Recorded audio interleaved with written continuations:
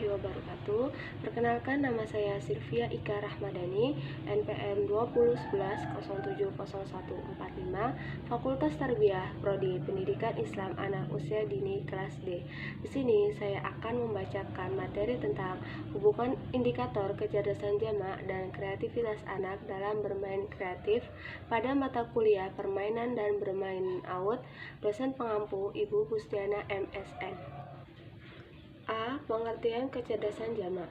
Inteligens sering didefinisikan sebagai suatu kemampuan berpikir dan bertindak dan menyelesaikan masalah.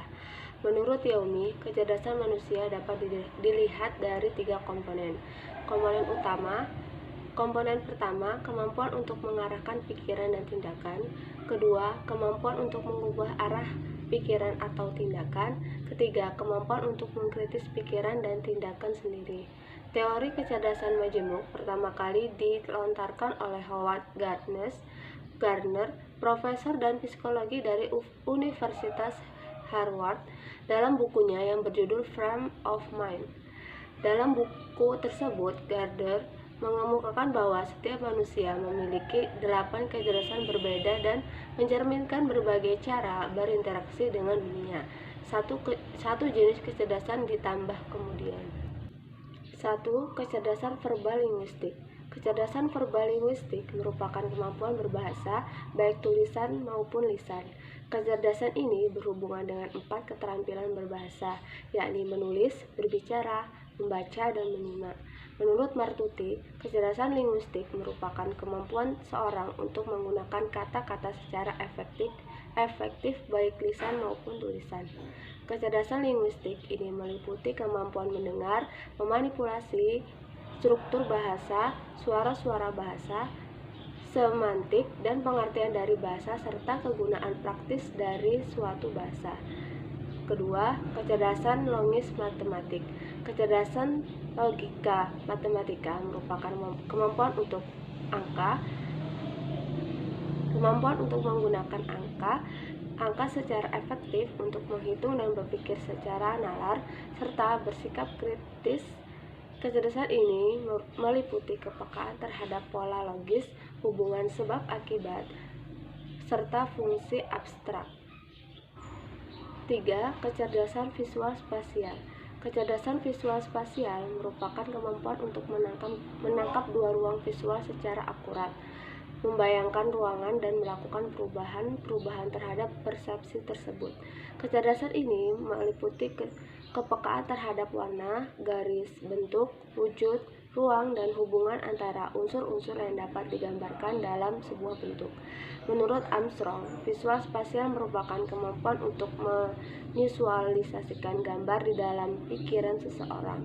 Kecerdasan ini juga berhubungan dengan seni dan bakat, seperti seni lukis, seni arsitektur. Seorang yang memiliki kecerdasan visual spasial akan peka terhadap suatu bentuk, garis, gambar, warna, maupun ruang. 4. Kecerdasan berirama musik. Kecerdasan berirama musik atau musikal adalah suatu kecerdasan yang berhubungan dengan bidang musik. Menurut Armstrong, kecerdasan musikal ialah kemampuan memahami aneka bentuk kegiatan musikal dengan cara persepsi, membedakan, mengubah, dan mengekspresikan. Kecerdasan musikal merupakan kapasitas seorang untuk merasa, membedakan, mentransformasi, dan mengekspresikan bentuk-bentuk musik. 5. Kecerdasan kinestik. Kecerdasan kinestik berhubungan erat dengan fisik motorik. Seorang yang memiliki fisik yang bagus biasanya memiliki daya motorik yang kuat. Kecerdasan kinestik ini sering disebut juga sebagai kemampuan melakukan olah tubuh atau melibatkan gerakan otot besar dan otot kecil. Menurut Armstrong, kecerdasan kinestik atau kecerdasan fisik adalah suatu kecerdasan di mana saat menggunakannya, seorang mampu atau terampil menggunakan anggota tubuhnya untuk melakukan gerakan seperti berlari, menari, membangun sesuatu, melakukan kegiatan seni, dan hasil karya. 6. Kecerdasan intrapersonal. Kecerdasan interpersonal merupakan kecerdasan memahami diri, kecerdasan terhadap diri, dan kemampuan beradaptasi dengan lingkungan. Selanjutnya, menurut Yaumi, kecerdasan intrapersonal meliputi kemampuan untuk mengembangkan diri, baik dari kesadaran terhadap mood, tujuan, motivasi, temperamen, keinginan, kemampuan untuk disiplin pribadi, kemampuan bekerja mandiri, percaya diri, dan tidak tergantung pada orang lain. 7. Kecerdasan interpersonal. Kecerdasan interpersonal berhubungan dengan kemampuan memahami orang lain.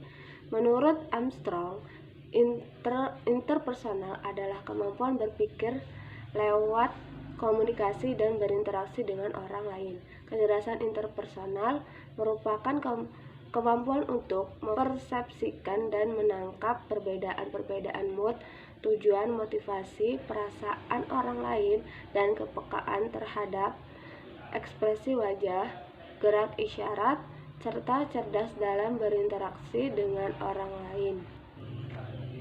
8. Kecerdasan naturalistik.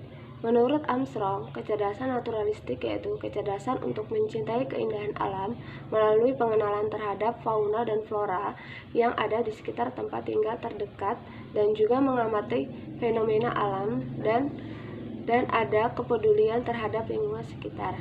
Kecerdasan naturalistik adalah kemampuan untuk memahami berbagai spesies yang berbeda-beda, memahami pola kehidupannya dan mengklarifikasikannya serta melestarikannya.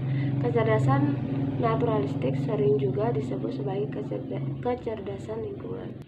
9. Kecerdasan eksistensial. Kecerdasan eksistensial yang merupakan salah satu dari majemuk ini memampukan anak mampu mengajukan dan mencari jawaban pertanyaan mendalam tentang eksistensi manusia, seperti apa arti hidup, mengapa kita mati, atau apa peran kita di dunia. Kecerdasan eksistensial lebih mengarah ke bidang filsafat. Beberapa pakar juga mengartikan antara kecerdasan eksistensial ini dengan tipe kecerdasan spiritual. B. Pengertian kreativitas anak usia dini dalam bermain kreatif. Kreatif berarti menciptakan atau membuat sesuatu yang baru yang belum pernah dibuat dan diciptakan oleh orang lain. Kreatif anak usia dini akan terlihat saat anak bermain bebas mengekspresikan dirinya.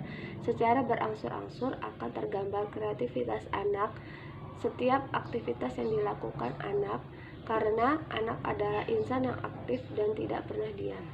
Seorang anak disebut kreatif jika ia menunjukkan ciri-ciri berikut ini: bereksplorasi, bereksperimen, memanipulasi, bermain-main, mengajukan pertanyaan, menebak, mendiskusikan temuan menggunakan imajinasi ketika bermain peran, bermain bahasa, bercerita, berkonsentrasi untuk tugas tunggal dalam waktu cukup lama, menata sesuatu sesuai selera, mengerjakan sesuatu dengan orang dewasa, mengulang untuk tahu lebih jauh. Baiklah, itu tadi materi yang dapat saya sampaikan. Kurang lebihnya saya mohon maaf. Saya akhiri. Wassalamualaikum warahmatullahi wabarakatuh.